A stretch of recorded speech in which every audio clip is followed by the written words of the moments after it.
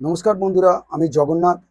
দেশে বিদেশে যেখান থেকে এই ভিডিওটা দেখছেন, আপনাদের সবাইকে প্রীতি ও শুভেচ্ছা জানাই ক্রিয়েটিভ ইন্টার কলকাতা চ্যানেলের পক্ষ থেকে। দয়া করে ভিডিওটা সাবস্ক্রাইব করে দেবেন আর বেল আইকনস নোটিফিকেশনে অলে ক্লিক করে দেবেন, যাতে কিনা আপনাদের প্রত্যেকটা ভিডিও সবার আগে আপনাদের মোবাইলে পৌঁছায় এবং আপনারা সময় মতন দেখে সেটা যথেষ্ট পরিমাণে শিক্ষা অর্জন করতে পারেন শেয়ার মার্কেটে।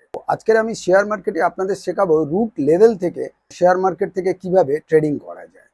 বিশেষ করে যারা মাধ্যমিক, উচ্চ মাধ্যমিক, গ্র্যাজুয়েশন কমপ্লিট করেছেন, তারা তো অনলি ফর সার্টিফিকেট পেয়েছেন, কিন্তু বাস্তব জীবনটা কি এখন তারা রিয়েলাইজ করতে পারবেন যে বাস্তব জীবনটা কি। তা সেই জন্য তাদের জন্য বেশি করে শেয়ার মার্কেটে আসার বেশি প্রয়োজন। আর আজকের দিনে কম বেশি সবাই শেয়ার মার্কেট কথাটা সবার কাছে পরিচিতি। তা পরিচিতি যখন, এই ব্যাপারটা এমন একটা সাবজেক্ট শেয়ার মার্কেটটা, যে আপনারা এটা যদি 5-6 বছর ভালোভাবে লার্নিং করতে পারেন, 5-6 বছর পর আপনাদের কর্মসংস্থান দেশে থাকুক না থাকুক, আপনারা যারা এটাকে নিজের করে নিতে পারবেন, ভালোবাসতে পারবেন, তাদের কিন্তু আর পেছনে ঘুরে তাকাতে হবে না।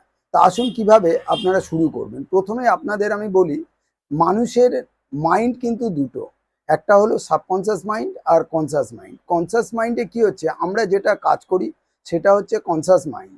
আর যেটা আমাদের স্টোরেজ হয়, অর্থাৎ বারবার একটা জিনিস করতে করতে আমাদের সাবকনসিয়াস মাইন্ডে স্টোর হয়ে যায়, ওইটা হলো সাবকনসিয়াস মাইন্ড। মোদ্দা কথা, ওটা হলো একটা স্টোরেজ ডিভাইস।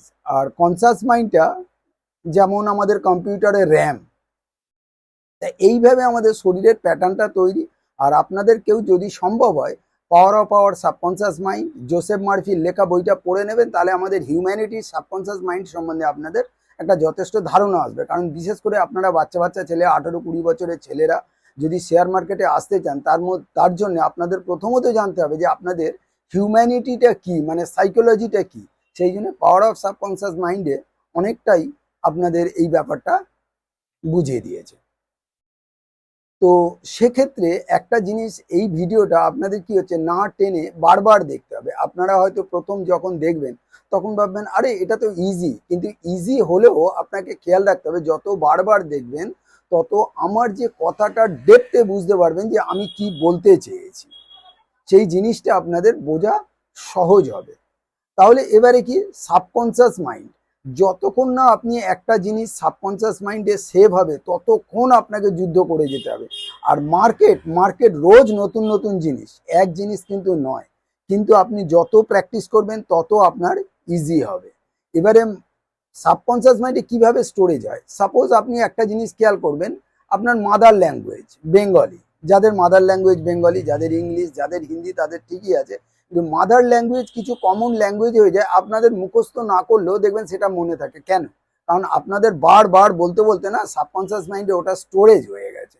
ঠিক সেই রকম শেয়ার মার্কেটটাও স্টোরেজ করতে হবে আপনাদের সাবকনসিয়াস মাইন্ডে। এইভাবে যখন আপনাদের স্টোরেজ হয়ে যাবে, তখন দেখবেন জিনিসটা অনেক ইজি হয়ে যাবে। তা সেইভাবে আপনাদের কাজ করতে হবে।